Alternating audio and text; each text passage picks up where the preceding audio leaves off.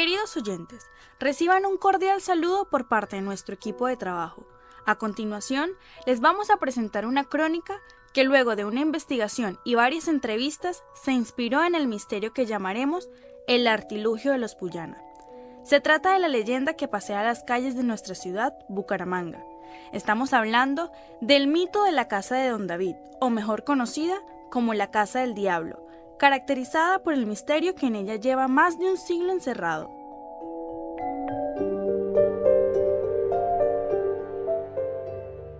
Durante las entrevistas que se realizaron para la elaboración de nuestra crónica, las personas que aportaron su testimonio, algunas trabajaron en el lugar y otras relataron lo que escucharon y presenciaron alguna vez. Las entrevistas fueron de gran ayuda, ya que aportaron diferentes anécdotas del lugar. Este trabajo se llevó a cabo con la motivación de dar a conocer una historia que es parte de nuestra ciudad de Bucaramanga. Nuestra crónica se propone relatar de manera concisa una historia que genera suspenso en la ciudad y que al pasar de los años las versiones han ido cambiando. Sin embargo, una de las personas más cercanas a la Casa del Diablo, Carlos González, residente de Cabecera del Llano y vecino de la hacienda, nos contó una de las versiones más claras sobre este enigma de la familia Puyana. Escuchemos.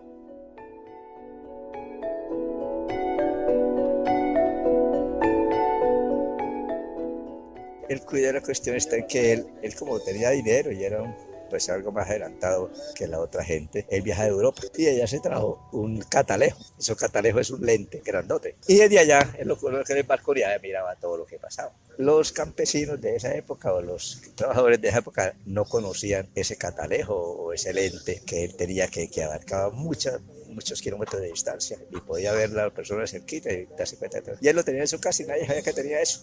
Él lo trajo de Europa y por eso era que se daba cuenta de todo lo que hacían los empleados. Y le decían que era que él tenía pacto con el diablo, que se daba cuenta de todo lo que hacían. Y era que él los miraba por su lente. Y entonces, como vivía ahí, le decían la casa del diablo.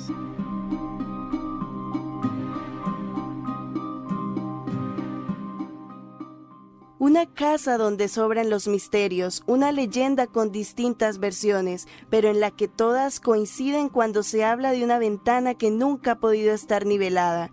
El ingeniero electricista y habitante del conjunto Casa Don David nos comenta que muchos carpinteros han sido contratados para reparar esta curiosa ventana, pero ninguno lo ha logrado. A continuación, su testimonio.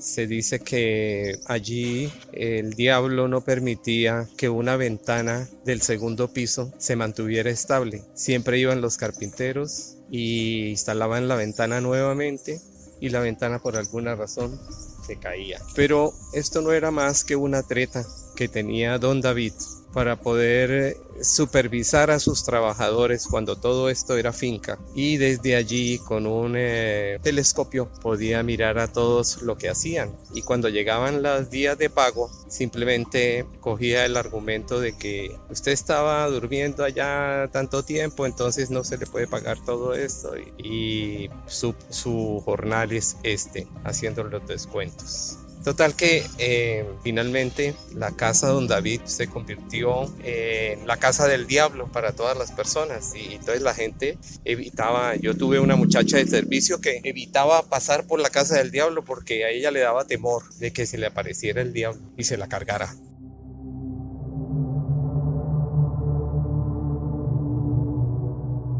Con el tiempo, ya sentado en Bucaramanga, empezó a acumular riqueza tras riqueza y propiedad tras propiedad, hasta convertirse en uno de los más poderosos de la región. Para las personas de la época, era inusual que alguien en las circunstancias de Don David pudiese haber conseguido en tan poco tiempo semejante influencia en la parte del oriente de la ciudad, donde se encontraban sus dominios y cafetales. Es por esto que empezaron los rumores que se inclinaban hacia entes sobrenaturales. Esta creencia cobró fuerza cuando don David Puyana, al retornar de otro de sus viajes por el viejo continente, acometió contra sus obreros al disminuir el jornal de alguno de ellos, asegurando que no lo merecían, ya que él sabía que habían estado descansando en horas de trabajo. Además, contaba con un lujo de detalles qué actividades estuvieron haciendo durante su ausencia. Liliana Gamboa, transeúnte que se encontraba caminando por el Parque Los Sarrapios, nos amplió la panorámica sobre este tema. Esto fue lo que nos contó.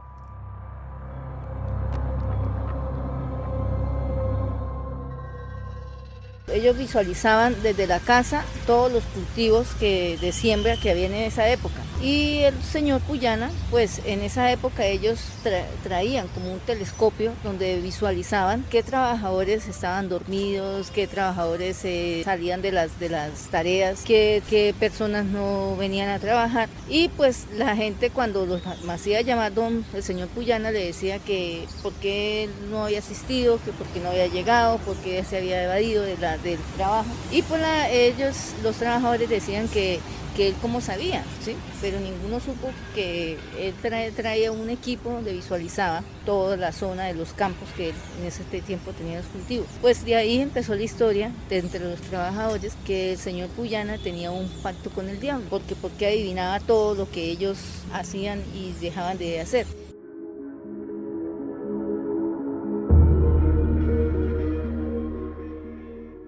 Así entonces, otra parte de la leyenda habla sobre los trabajadores, cómo surgió entre ellos aquella idea sobre un pacto entre su amo y el diablo. Esa idea se fue extendiendo en el argot popular y como toda tradición oral, no hay relato único. Al preguntar en la actualidad sobre esta historia, habrá tantas versiones como gente que se pregunte. Francisco Cruz, visitante frecuente del Parque San Pío, se encontraba tomándose un tinto mientras charlaba con un par de sus amigos. Nuestro equipo de trabajo se acercó y le pidió una entrevista, y él nos habló un poco sobre cuáles eran las propiedades de la época pertenecientes a los Puyana.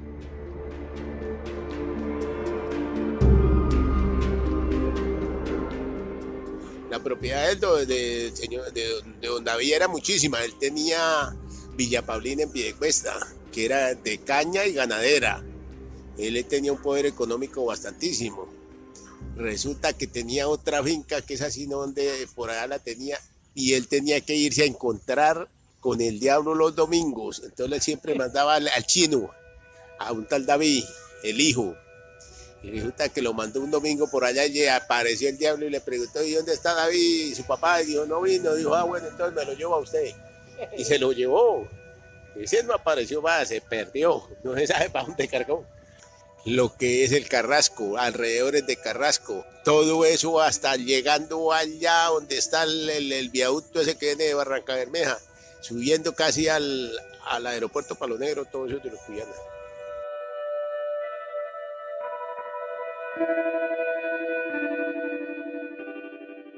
Para terminar nuestra crónica le pedimos una entrevista a una persona que anteriormente nos había contado que vivió durante varios años frente a la Casa del Diablo y cuya experiencia fue un poco distinta a todas las anteriores. Dándole una mirada un poco más divertida a la leyenda, escuchamos el testimonio del profesor Felipe Sarruc.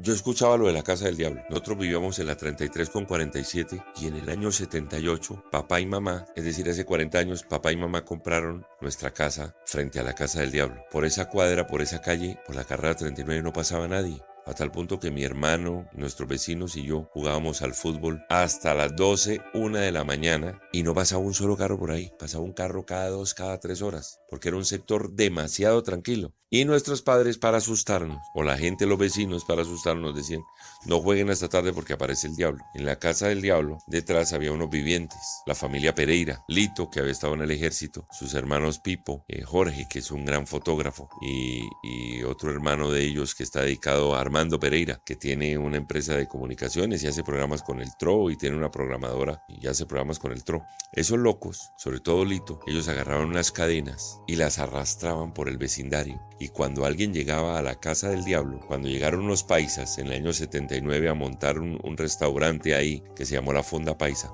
ellos les caminaban por el techo y arrastraban las cadenas para asustar a los paisas para que se fueran de ahí. Y el loco Lito un día se robó un caballo o trajo un caballo de esos caballos que pasaban aquí por detrás de la hacienda, porque eso era una hacienda, y lo hizo cabalgar por la carrera 39 por todo el vecindario. Entonces, y le colocaron un muñeco encima. Decían que ese era el diablo.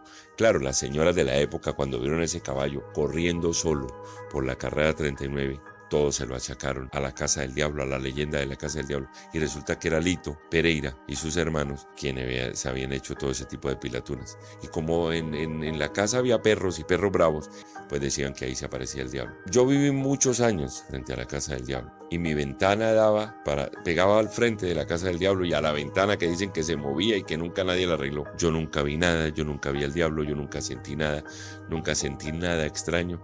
Esa era una zona bonita, llena de árboles, pero nunca nada. Además, mis amigos decían, el verdadero diablo está al frente de la Casa del Diablo. Querían decir que era yo. La Casa de Don David, o también conocida como la Casa del Diablo, es una vivienda que ha tenido grandes misterios, los cuales hasta tiempos pasados se mantuvieron en las penumbras, donde solo quedaron recuerdos, para algunos confusos y para otros tenebrosos. Esas son las memorias que deja esta estancia, ubicada en la carrera 40 entre calles 42 y 46 en la ciudad bonita de Bucaramanga. Sus antiguos habitantes hacen parte de su historia mientras una nueva etapa está por comenzar. La Casa del Diablo fue un desafío para cada integrante, donde nuestro propósito era descubrir la verdad que se escondía detrás del misterio de esta reconocida hacienda.